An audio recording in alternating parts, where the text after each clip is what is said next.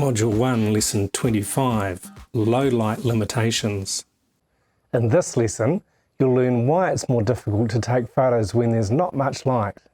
Photographing in low light challenges your camera and your eyes in a number of ways. When the light is low, there can be very little contrast or very high contrast, especially if you're including light sources in your images. More than about half an hour after sunset and half an hour before sunrise, the sun is not providing much light. At night, without the help of artificial light, we cannot see colour so well, and nor will your camera be able to record colour with the same intensity it does in the daytime. Photographing indoors or anywhere else the light is low will pose the same kind of problems as at night. Because of the low contrast caused by low light, your camera's autofocus may not function so well. It will also be more difficult to manually focus your camera because of the lack of light. Using a higher ISO setting will help your exposures in low light. This makes your sensor more responsive to light. It also results in photos that are lower technical quality.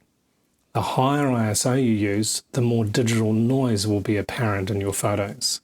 Digital noise is the discolored pixels or pixels that are randomly brighter. At extremely high ISO settings, digital noise will seriously distort an image. The amount of noise at any ISO varies from camera to camera. Older digital cameras will have more noise at any ISO setting than newer cameras because of the advances in this technology.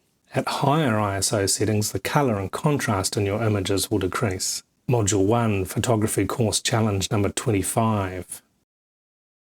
The aim of this challenge is to learn how using a high ISO creates more digital noise in your photos, but how it will help you take photos in low light. For this challenge, you need to photograph at night or somewhere where there's no bright light. Inside a room with the curtains or blind closed will do. Use aperture priority. Set your camera's ISO to the highest it will go and your aperture as wide as it will go, and take a few photos. Now halve your ISO setting and take a similar set of photos. Keep repeating this, halving your ISO setting each step until you are at the lowest ISO setting. Make sure to take notes about what you're experiencing. Look carefully at your results on the computer monitor. Zoom in to 100% and study the difference in the amount of digital noise between the photos made at the various ISO settings.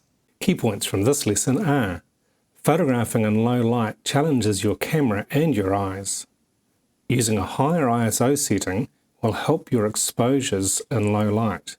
The higher the ISO you use, the more digital noise will be apparent in your photos.